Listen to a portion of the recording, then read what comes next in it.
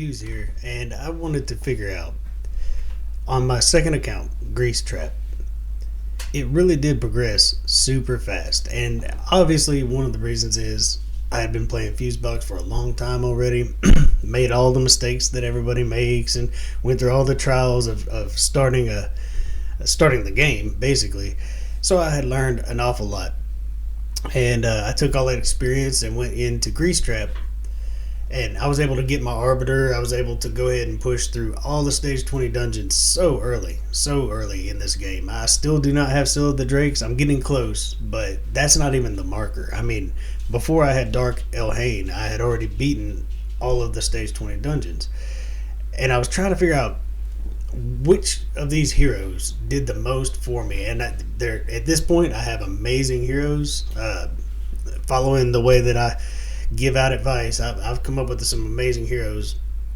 And from the beginning, one of the earliest characters I got was Bellower. And this guy is, to this day, on every one of my dungeon teams. He is the reason that I can get to every one of the bosses, and then I just have to put in the right mechanics to beat the bosses. And he really is 100% the reason I did it. All I had to do was look at my teams, and he was on every one. I'm not squeezing him into these teams. He really is a piece of every one. So I like the stun Bellower.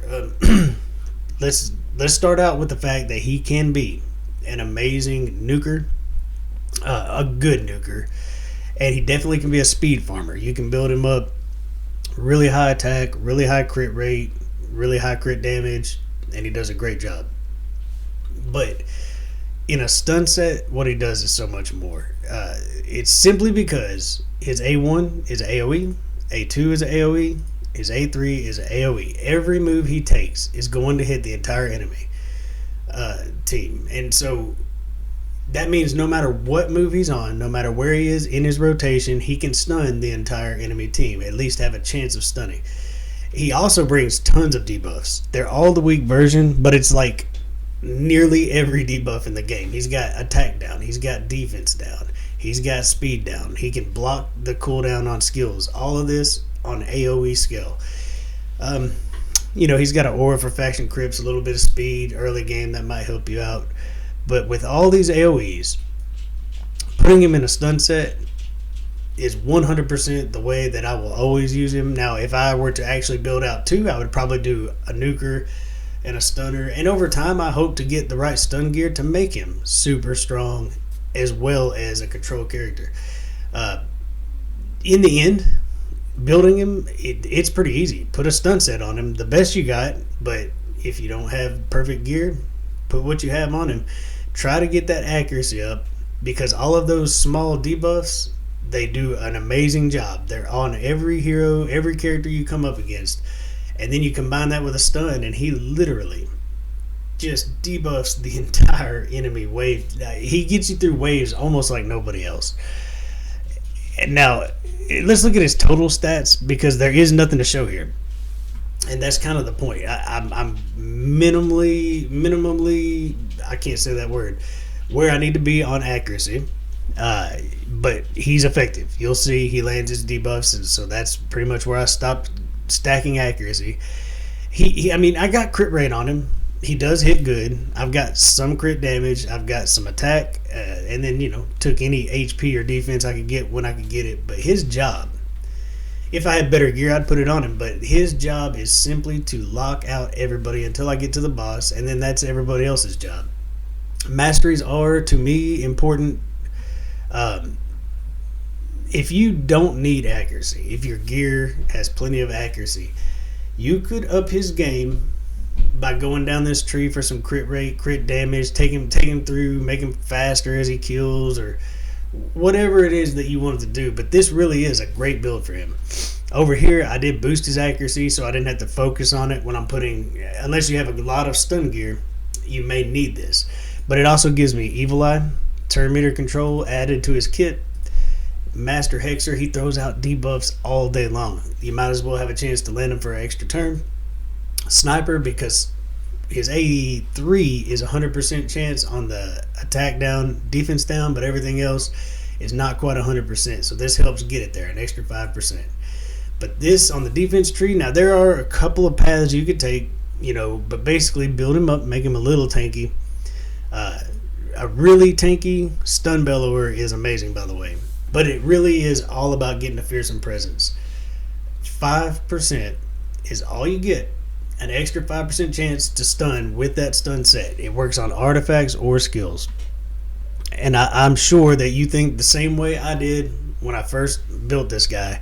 Do I want to spend my final 300 scrolls on a 5% increase? Yes. The answer is yes. I promise you, just run him without it and then click the button and you'll see the difference. He's hitting every enemy every round. That 5% adds up quick. So these masteries are definitely the way that I probably will always build my stun bellower. There are other options. If I get better gear, it's hard to pass up Evil Eye, and this is probably the way he'll always be for me. Again, artifacts, just make sure you get your accuracy up, make sure you got a stun set on, and he's ready to go. I would obviously try to get some damage out of him because he is capable of doing damage, but let's take him for a spin.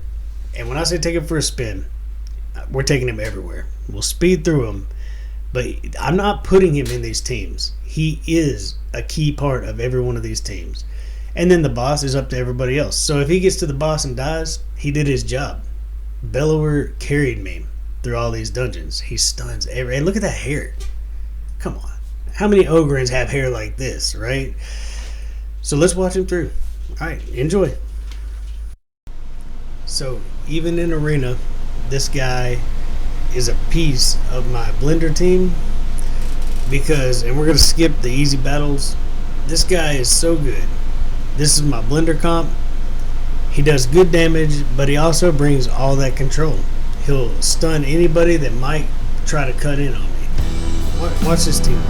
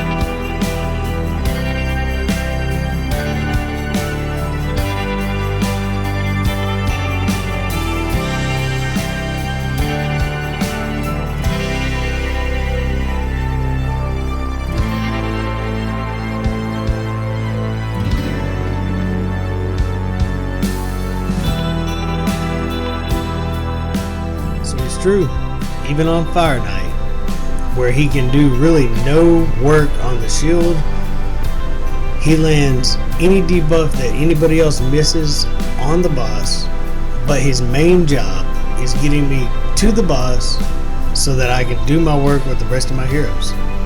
Enjoy.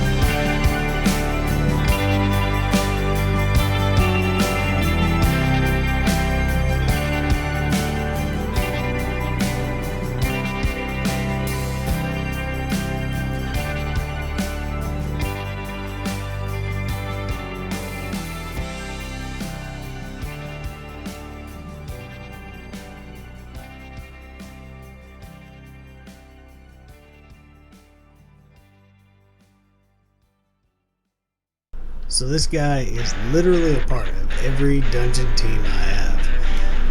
I've got Bellower doing big damage. I've got Miscreated Monster as usual doing shielding. He's my support character. I've got my big slam and I've got a poisoner because the dragon definitely needs a poisoner. Bellower is making sure that I get through the waves. That's it. Let's watch how easy this goes.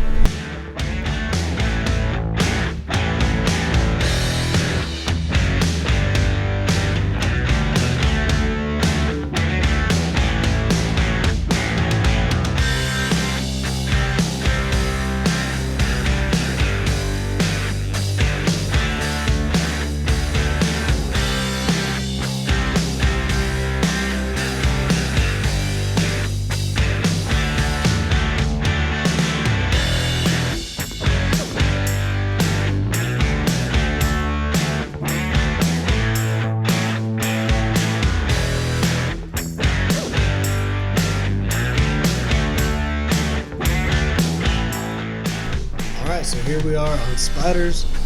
I've got my support through shielding. I've got my slam. I've got my turn meter control. I've got my big defense and attack down. And then I've got Bellower just stunning everybody and putting every single debuff he can on all the spiderlings to make sure that I survive. Here we go.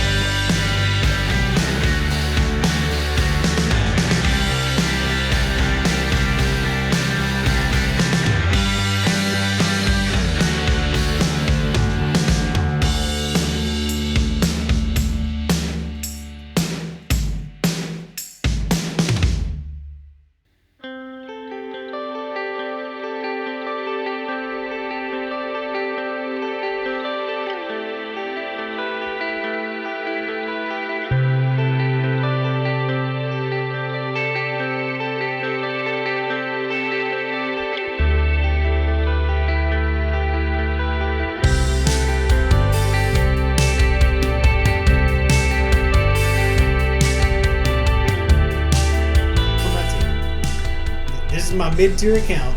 This is what you're striving for if you're early game. If you're late game, doesn't matter. This works. I've got decreased attack and defense, the strong version to help me get through the boss, through the waves. I've got speed and heals to help me survive.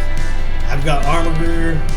He's actually not a part of my solid team. I typically, nowadays, I use Melga Steel Girdle because she just does so much shielding.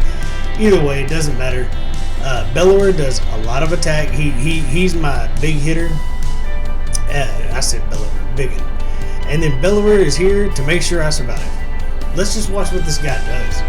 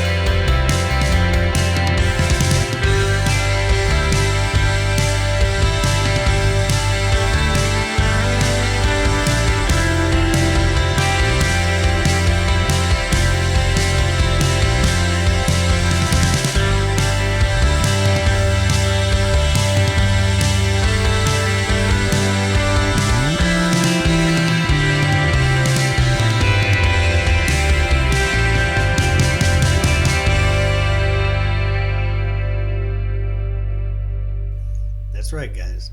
We're in the middle of a void event right now. Twice the chance to pull epics and legendaries.